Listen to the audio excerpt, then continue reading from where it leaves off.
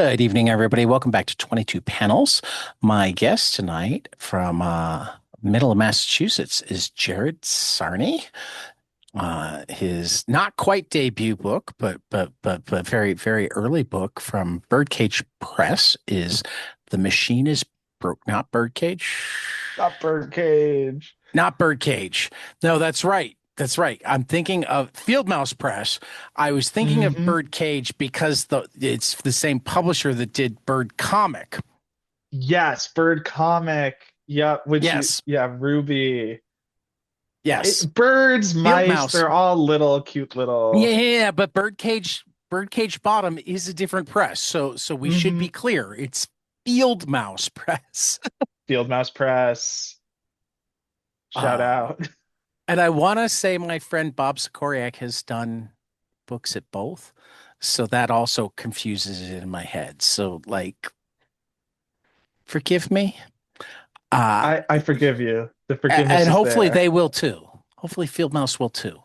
Fieldmouse is For very my, fickle. They're they're very fickle and fickle. yeah, Well, they're then they're then they're hopefully they just evil. won't listen to the podcast No, they love and the send pod me a cease though. and desist letters. I They're want no highly cease and desist litigious. letters. Yeah, Um, I mean, they can be litigious as they want. There's no money to have. perfect. Perfect. And I don't think there's any money on our end either. And I probably have better lawyers than they do. Oh, I mean, wow. that's one thing I'm confident in. I have a lot of friends and family who are very good attorneys. Okay. Okay. I will say that Alex at Fieldmouse Press, Alex Hoffman, is a medical doctor. So I don't Okay. know if that translates to law, but they're certifiably very smart. So Well, yeah. I mean, we'll that's see what good. Well, happens I there. mean, I've known some dumb doctors. I'm assuming Okay. Alex isn't one of them. They haven't done any medical exams on me, but when it comes to comics, they're very smart. So I assume it's a I mean, one-to-one I've known translation some from comics. really, really dumb lawyers. Mm, but not yours. You got the top brass guys. Most of them. I don't want to guarantee that all of the lawyers I know are smart ones. Okay, but whoever's listening to this, whatever lawyers are I don't think listening, any of them are listening to this. and that's why Well, they're actually, smart. maybe a They're couple, reading and they are good. books. Yeah, yeah. Anyway, the book is called "The Machine is Broken." We're going to start with where I often start. Give me the front counter pitch. Ooh, what pitch is that? The front counter pitch. You're at the counter of the comic shop, and you've got a customer that you think would like it. How do you pitch it to them? Okay, yeah. Usually I imagine myself in an elevator, but this makes a lot more sense No, because I've no, never the sold somebody a elevator comic in is the the elevator. elevator's for fucking venture capital. Fuck that. Okay, yeah, that's where the real scary deals happen. And, But you and know what? more importantly, like front counter pitches don't have to be as short. They just have to be enticing. Okay, I'm ready. I'm ready to entice. Okay. Let me just enter my front counter mind palace. I'm closing my eyes for the listeners at home, and the eyes are coming open. Okay, so The Machine is Broken, published by Fieldmouse Press, is the debut graphic novel by Jared Sarnie. That's me referring to myself in the third person. And it follows the story of a young woman named Lux who travels to Zurich with her mom and her sister to use the world's very first fully self-serve, high-tech, completely automated euthanasia device. So she gets into the device, starts filling with gas. Slowly, it all starts going black. She waves goodbye, and then the machine immediately fucking breaks. And a guy comes out and he's got his like plumber's ass hanging out. This is a very ass-centric comic. I just want that to be known off the bat. And he lets them know it's going to be like at least 2 weeks to fix this thing. And then from there, rest of the book is a lot of emo wandering, a lot of surreal adventures, a lot of deep stuff that you're just gonna have to buy the book to find out about. And that's the front counter pitch. Are you sold? Have you handed me your pennies? Maybe, maybe. Okay. But having read it, I'm gonna go some deep stuff and some funny stuff. and Tubi. Mm. Yeah, it's very. I should have mentioned that off top. That Tubi is represented in the Tubi book. is well represented. Yeah, I mean, which. I don't know how much you have to represent Tubi to actually consider them well represented, but also you had to correct yourself on the death of Alison Bechtel.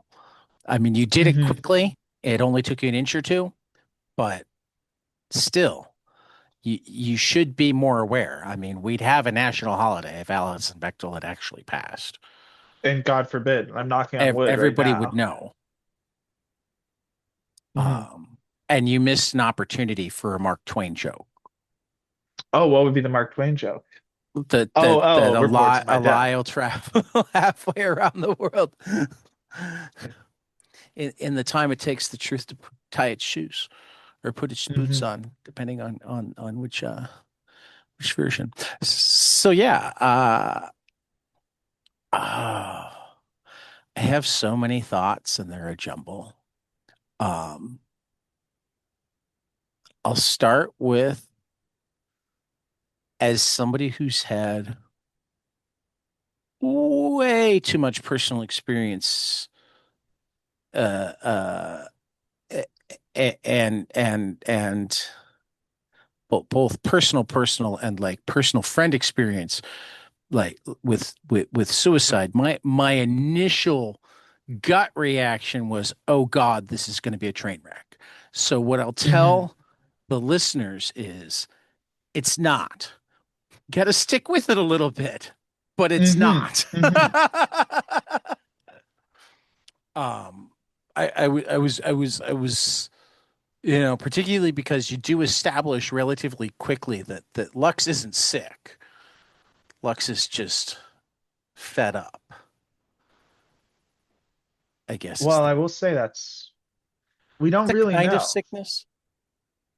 It's Eh, it's it's not we keep it a little ambiguous in the a book. little, but Just not a that teeny much. bit. It's a teeny bit ambiguous. Okay. I guess But I I won't like that take you've it made away this from decision. you. That's good.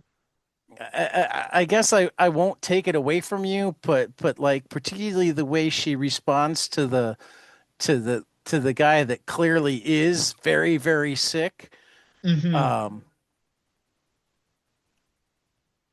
makes me like not, and the way her family behaves around her, um, makes I me gotta feel say, like this is a it's pretty astute reading.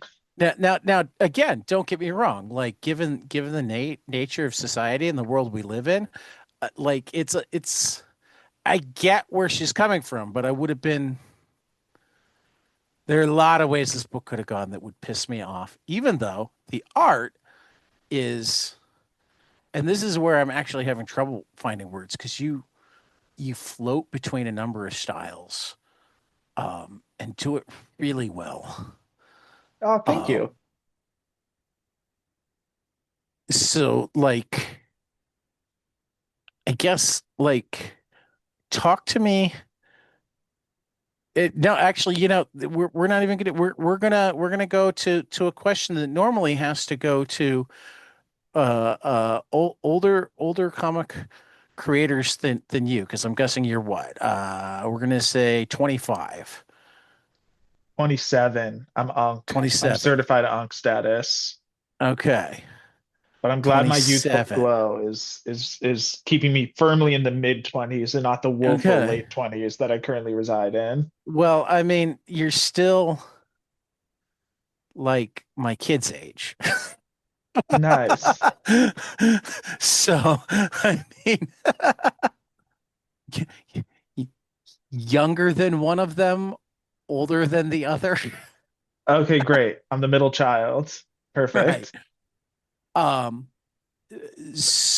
but like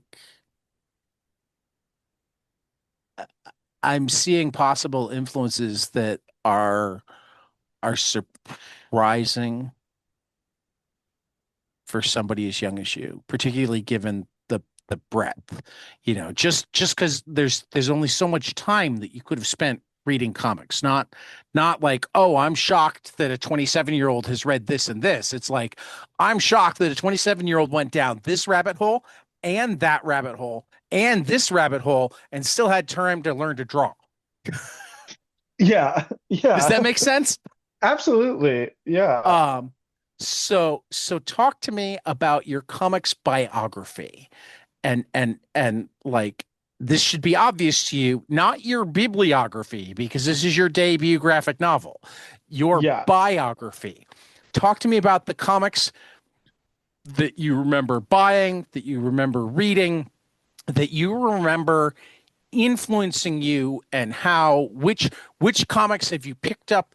Like I can take you on a path through my comic life, particularly my comic life up until the podcast.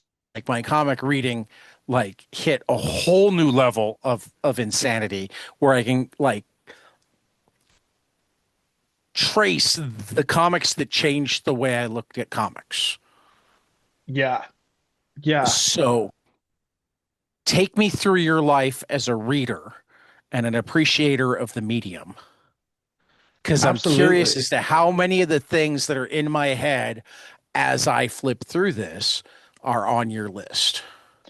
Yeah, I'm very interested to hear what those influences are that come across. And I'll say that probably speaking broadly before I get into the minutia of my comics journey, I think the biggest visual influence on the book is the internet and the way that the comics experience is mediated through social media and just that kind of complete context collapse of seeing like Okay. a scanned page from the 70s followed by your friend who's working on their first book and it's just posting like a half done sketch followed Right. by media from completely outside of the world of comics, all compressed onto a feed. And I think that kind of So like, it's like the Instagram influence. I can see that. I like that. yeah, yeah. And I'm too I'm old very, to have felt that reading it, but as soon as you say it, I can't unsee it. yeah, yeah. I think like the, you know, dominant visual language of our time is uh like this complete like digital maximalism that just compresses everything together and has this huge visual cacophony of influences that we're assaulted with, and then that is very much reflected in the book. But I would say for my own like comic reading kind of journey, um, the place where I started was like I think a really good place to start, where I started probably when I was like around nine-ish, reading the very first run of Amazing Spider-Man. And in the Marvel Essentials form, which is like those Okay, I was phone about to book say. reprints. Yeah, I picked up that, and that's like right at the start of like, mainstream Marvel, and it's in Right. black and white, so it gives you kind of a crisp appreciation for the art.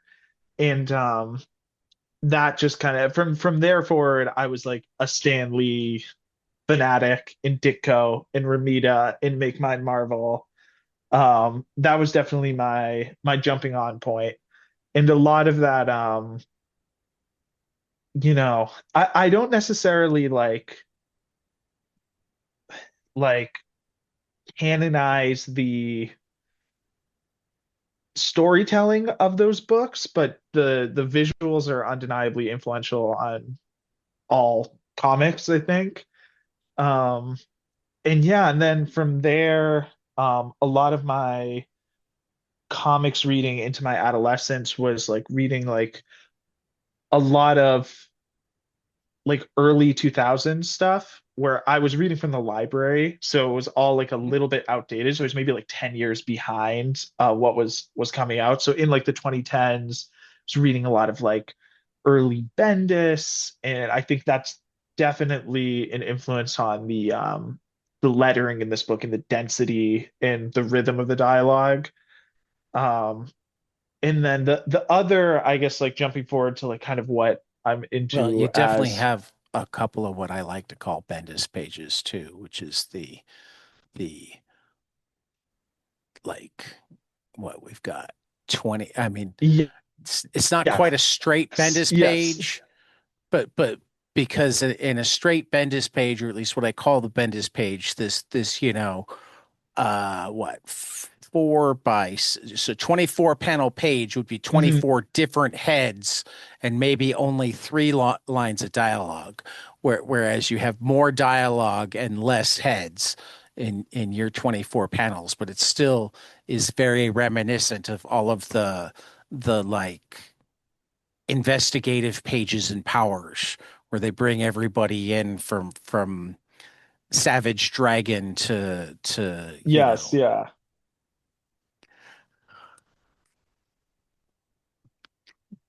Yeah, okay. definitely. And Sorry, I didn't that mean to rhythm just interrupt like there. really made an impression on me as a kid. Yeah. No, I'm fully vibing with what you're saying. That's Well, I'm definitely with it. And I mean the reason yeah, I wound up interrupting is because I had a finger close to that. Here, I'll show you what I'm looking at. I mean, you probably know, but I had a okay. finger close to that for these two pages, but not quite. And as soon as you said it, I'm like, that's what that's what I'm feeling. Yeah, is is definitely is there's that influence there. is the Bendis round up the usual suspects, Hmm. investigative page and powers. Okay, back to you. Yeah, and then I would say in terms of what I'm reading as an adult, it's kind of like I think in terms of like trying to approach something with both a humor, but also not necessarily flinching at ambiguity. One of my biggest influences in like probably like the writer in comics who I admire the most is Adrian Tomina. I could like read This one Killing screams and Dying Tomino. over and over again. Yeah, You, you, and you're the you're design you're sensibility as well. yeah, yeah. Your Yeah, title page screams Tomino. yeah, absolutely. And I'll scream And I've Tomina. been reading Tomina for longer than you've been alive. Fire, fire. Yeah.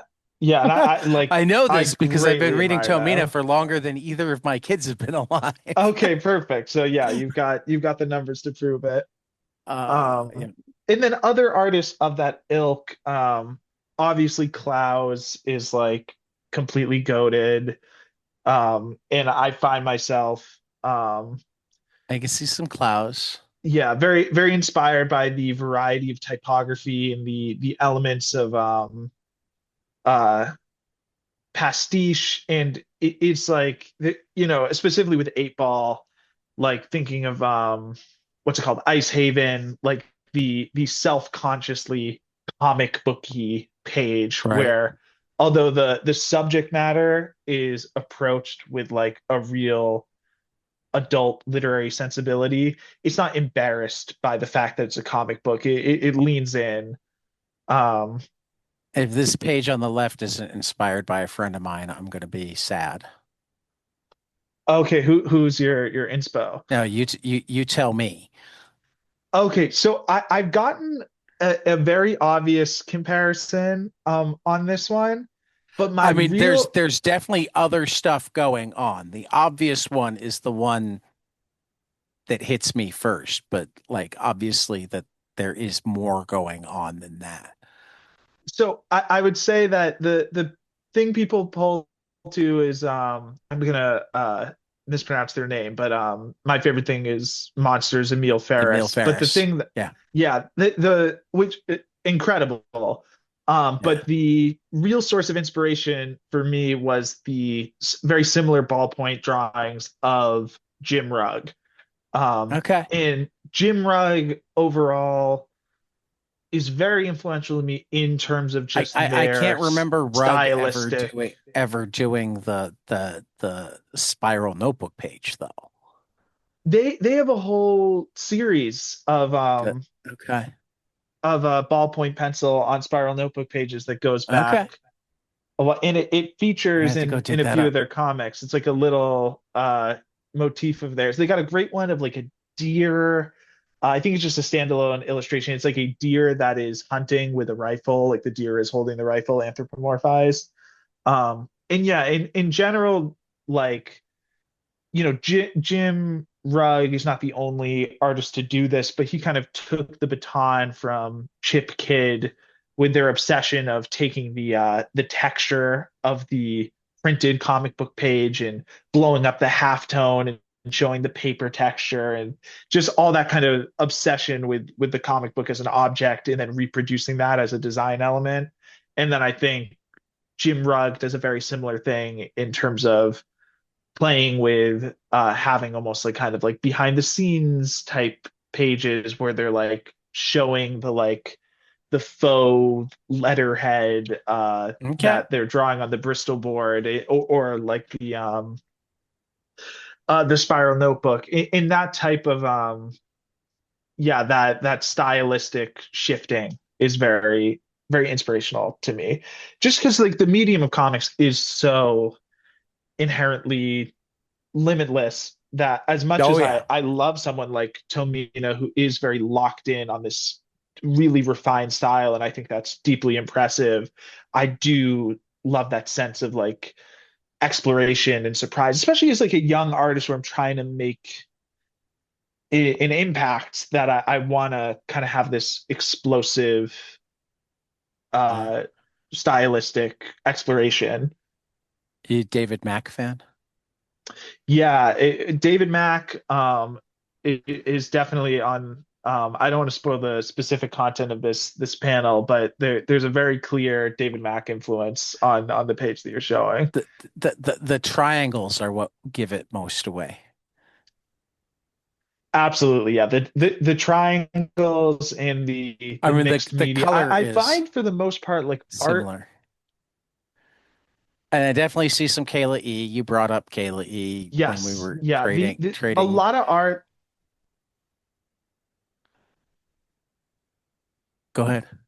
Yep, and Chris Ware as well as an influence Yeah, definitely on some Chris Way. Kayla E.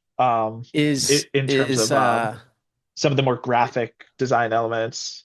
is this blue pink motif here a nod to Asterios Polyp, the You David know, Mazzucchelli book? not consciously. Okay. I've flipped through that book a number of times, Oh, that's so and good. Mazzucchelli is obviously like insane. But Yeah. I've never actually read it. I just find myself, yeah, very drawn to that color palette, and and it has some significance within the book Right. that I don't So necessarily want to give away. no, that's A okay. lot of these So tell me, influences. just like one of the things I'm I'm fascinated enough with how people craft comics when they have a set style and they just have to figure out how to set up panels and whatnot. Talk to me about how you talk process with me. Like did we go through do you script first? What level of thumbnailing are you doing? Are you doing really loose pencils? How much is this is planned? How much of this is coming out as you go? I mean, it feels like there's too much and all deliberate not to be pretty heavily planned. Um, but there have been plenty of books where I thought that of it, and I talked to the artist and like, yeah, no, I was just vibing. So I always have to Yeah, ask.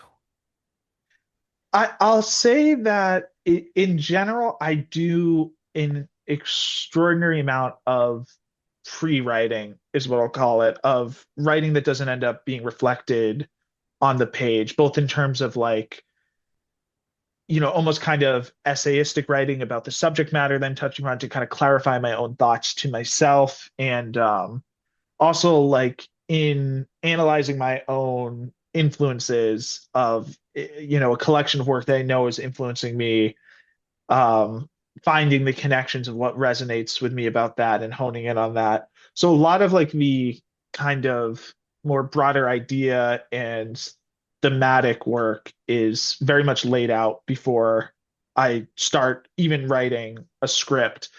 For this, it was I kind of see myself as a writer first. This is my very first comic. And prior to this, I've written like plays, and that's like an extremely writer forward medium where every single, you know, entrance, exit is defined in the writing.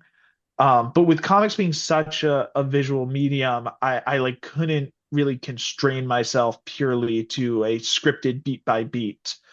Um, like full script for myself. It just seemed like counterintuitive and abnormally restrictive.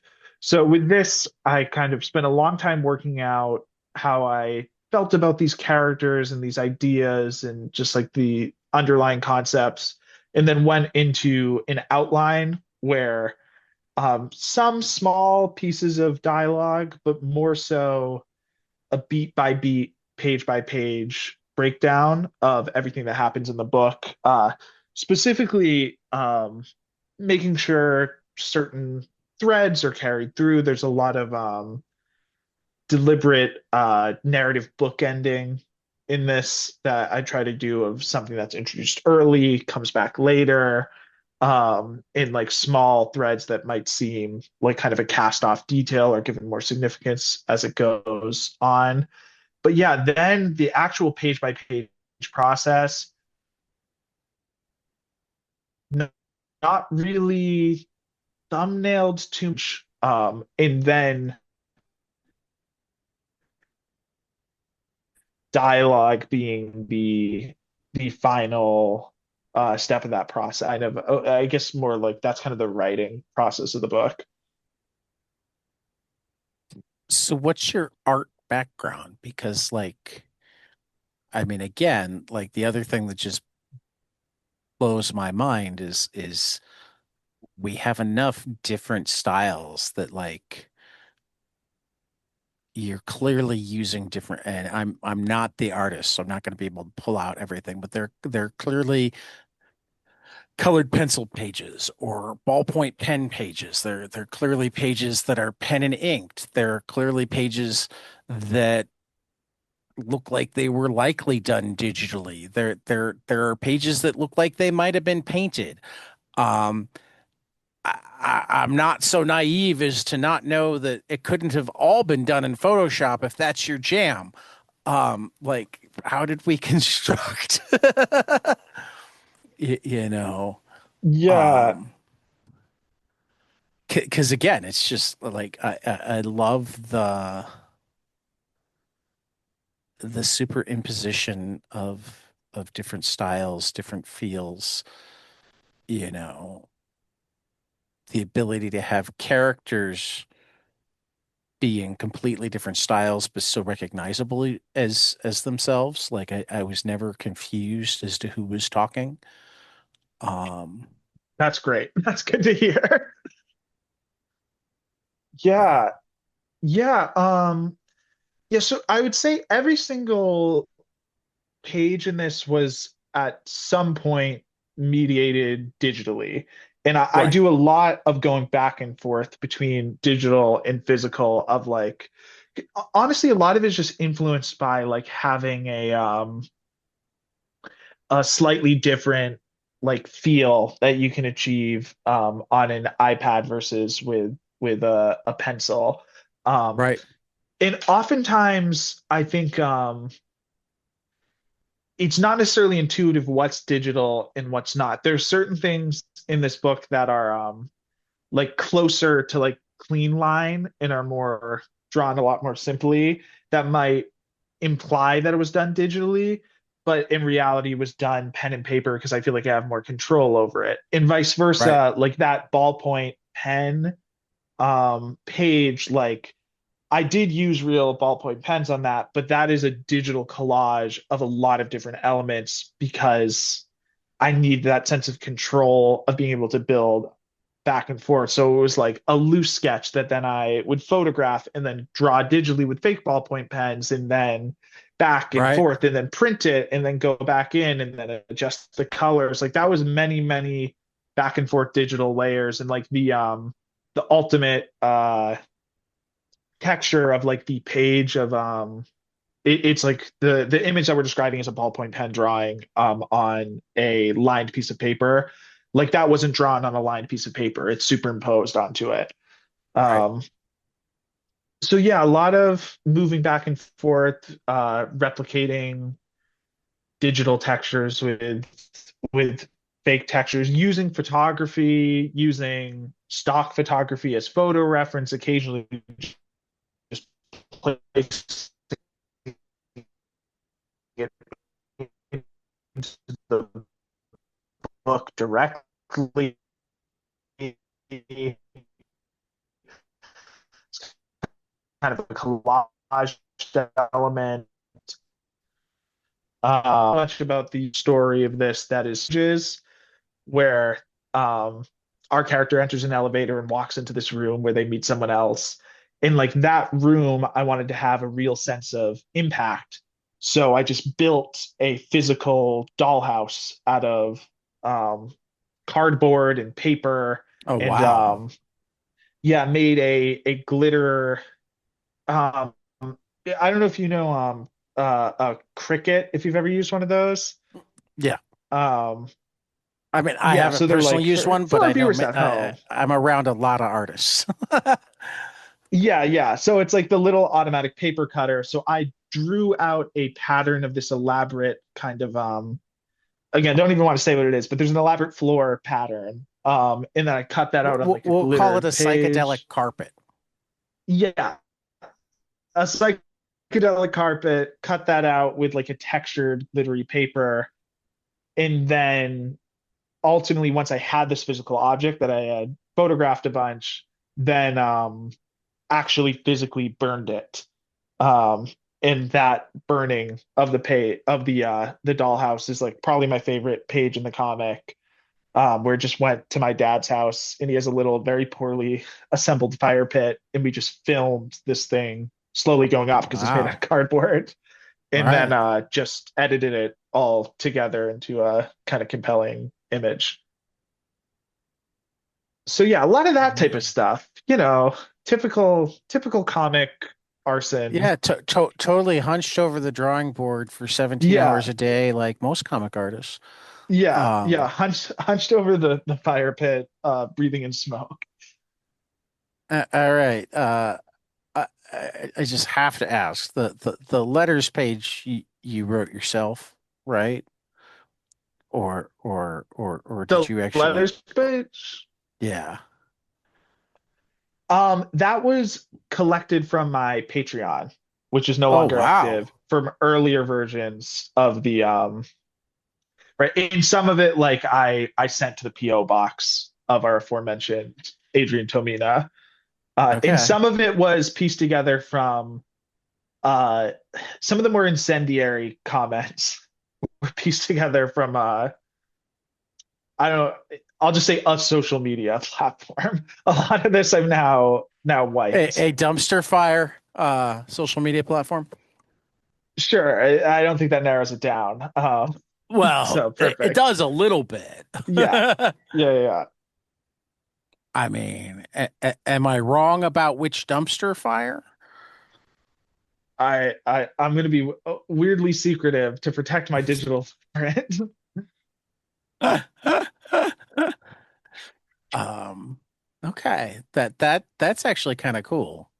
I mean, though it would have been equally cool if you'd written this set of letters yourself and had the balls to write as Adrian Tomino. Um, I mean, who? Yeah, who know? You see, I always had that suspicion about Adrian Tomina's letter pages, where some of the comments were like very seemingly self-critical and incisive and critical in a way that I don't think a comic reader who was physically buying comic would necessarily provide. So I've always wondered that if those are fake or not, if he was yeah, doing I a don't little know bit of for his, kayfabe. but I know that the letters pages in My Bad at Ahoy were absolutely written by Bryce Engman, and he had a blast doing it. Yeah, I think there's a And long history of that even in like old But it was even marble more obvious. bullpen Like was. I went back and forth because like there are parts of this just feel so satirical that it would be easy to, but on the flip side, with the Patreon, it's easier to say, hey, I have no idea how you ask to get comments or letters, I mean, I don't know. you're just being secretive. Um, I'm making a lot of faces for the yeah, viewers at home. yeah. I'm making hilarious, funny For the faces. listeners at home, he's making crazy faces that nobody but me will ever see. Uh, Yeah, I'm gonna stick McDonald's on you. That's all I'm gonna say. yeah, yeah. I'm hoping that doesn't. Hoping fair use is You'll be okay. I do know one of their former VPs pretty well, though. So, I mean, if I of wanted to stick McDonald's on you, me slash the inherent obscurity of small press comics protects me from big end. Hope the rest of this interview goes well. oh, yeah, I just like, when does the book come out? Or is it out? I mean, I imagine you're taking it to cons and stuff, but is it Yeah, so the book will be available in bookstores on. Yeah. So it will be out on May 26th. It'll be available in bookstores, but right now it is available for pre-order on asterismbooks.com, which is our distributor. And if that link is hard to find, you can also go to my website, which will have a link directly, which is jaredsarnie.com, which is JAREDSARNIE.com, or you can head to themachineisbroken.com, and all of those will link you to the pre-order. But the actual book will exist May 26th. but not Fieldmouse Press? That's where I went first, and I'm not seeing it It yet. should So, be on Fieldmouse.press. I'm just waiting for my publisher to put it up. Yeah. We're okay. it and I've been emailing my buddy Alex about it. All left out. But right now it's on the Asterism site because he is a doctor and he is a little busy sometimes. Tourism Yeah, books and it is online. Fieldmouse is running a crowdfunder campaign that is like the word crowdfunder but without the E before the R because it's a tech website. It's like Kickstarter but a little more artist centric. And it is available with the rest of the Fieldmouse season of books through there as well. Okay, now I'm trying to find that because that's the sort of thing that A, I might plug and B, I'll definitely link. Nice. Yeah, I'm happy to send you any links so that they can just click on it instead of hearing my transcription. I mean that is easier. And Yes. then I sometimes actually put them places. Okay, we'll see. Okay, so we got all our bases covered. We've got my I phonetic mean, breakdown of all just the being places. And honest, this is not my day job. that's So, okay. oh, there's a Conundrum Press crowdfunder too. Okay, good for them.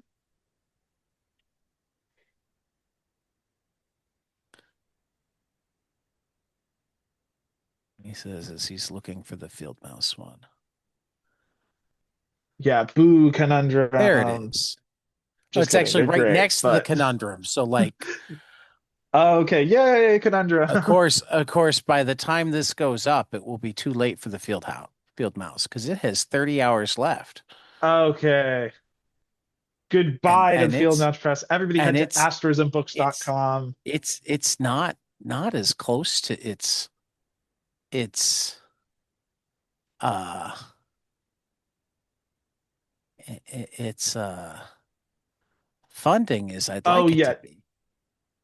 Well, let's give a lovely piece of clarification. One of the great benefits of crowdfunder as compared to Kickstarter is that Is you even don't though have you to hit. set a goal, it is not all or nothing. So they set an astronomical goal, and then it's basically just a pre-order mechanism. But all of this is Right. irrelevant to our lovely listeners because it's not even going to be available by the time they hear Well, I mean, it this. depends. I could turn it around really Yeah. fast. Or like Okay. Okay. if there's not like what and do they allow extensions too? Because like if you don't have to hit the goal, why end it True. particularly True. quickly? These But are yeah, just but thoughts I fortunately, have as I look at it. that's great. The perpetual link at astrosandbooks.com will be available to all. That's where I'm at right now. And I see poetry, fiction, memoirs, art and visual. Let's see. Upcoming. Let's see. Is it in the upcoming? I mean, I could do like crazy shit and use the search bar, but that's no fun when I there's a can I can send you a nice little direct link if that would be of well, help. I mean, sure, you can do that too. I mean, again, if you want to do like sensible My things, internet is failing me right at the crucial link sending time. I beat Breaking you up a to it. little teensy bit with you. Yeah, no, see, my hope is always, and it seems to There it be the case, is. that yeah, I beat you to it. Um, 13.95 on the pre-order. Um, but my hope is always, and it seems to be the Okay, case, that great. because I record to the There it cloud, is. even if we don't make it across to each other, we get recorded properly. This is the advantage of crowd. Mm-hmm. Listeners. Yeah. So, all right. I'm getting tired. So I'm gonna take us into uh closing questions and apologize for cutting us shorter than I sometimes do, just because end of school year fatigue. I don't want to That fall is asleep at my keyboard, a-okay. that sort of thing. But I have two closing questions. It's a sleepy time. All It respect is. to sleep. It is. The first one is always really kind of cool to ask of the younger creators because it's awesome how quickly we get these. Um, I've been doing this podcast for like 4 years, and I feel like I've entered the twilight zone. The number of things that I get to do in my life now that if you told me 10 years ago, 20 years ago, even 5 years ago, that, oh, you're going to go to a baseball game with Dennis Kitchen. Oh, you're going to have dinner with Mark Russell. Oh, you're going to this, that, you're going to talk to just some of the people I've talked to, I would have gone, yeah, fuck you. That's Yeah. crazy talk. Crazy talk. And now it's just like part of my life that I get all to do all these cool things. And I've discovered that it doesn't matter how new or old or famous or not in comics you have similar experiences. So I've started collecting them. Tell me a surreal, pinch yourself, I can't believe that happened to me experience that you've had because you're involved in comics.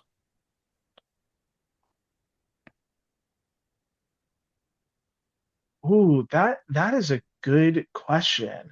Um, so I feel like I'm extraordinarily early in my comics journey. I have not yet put out a book.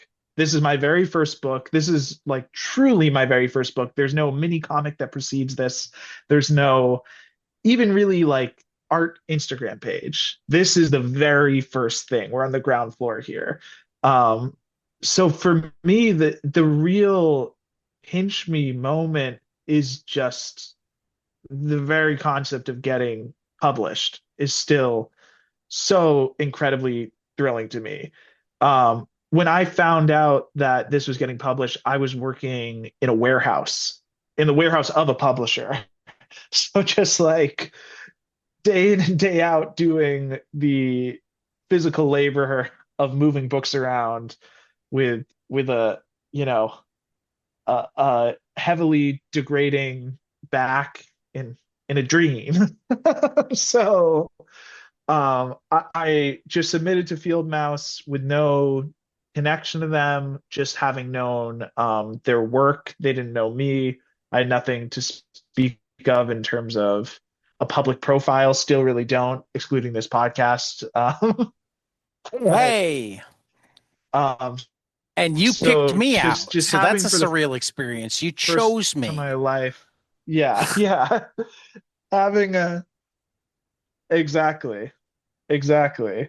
But yeah, having somebody take a chance on my work and engage with it on its own artistic merit, specifically with Rob Clough, who's the one of the two guys at Field Mouse and helped me develop this book and was the editor through this process.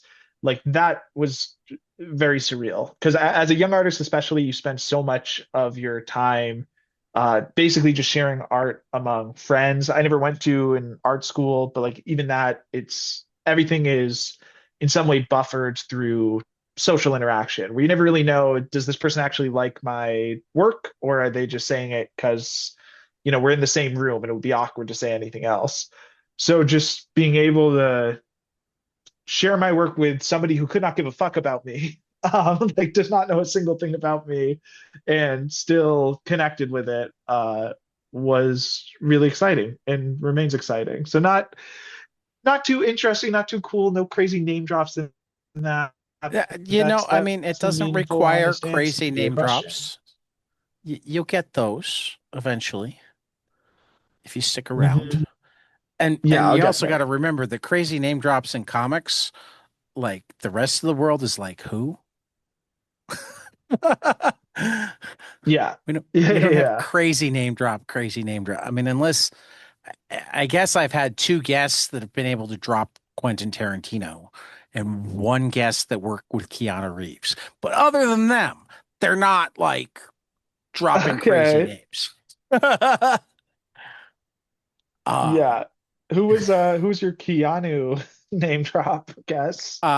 Matt Kent wrote a comic with Keanu, Berserker. Oh yeah. Berserker, of course. That's Yeah, sick. yeah. Good for them. Yeah.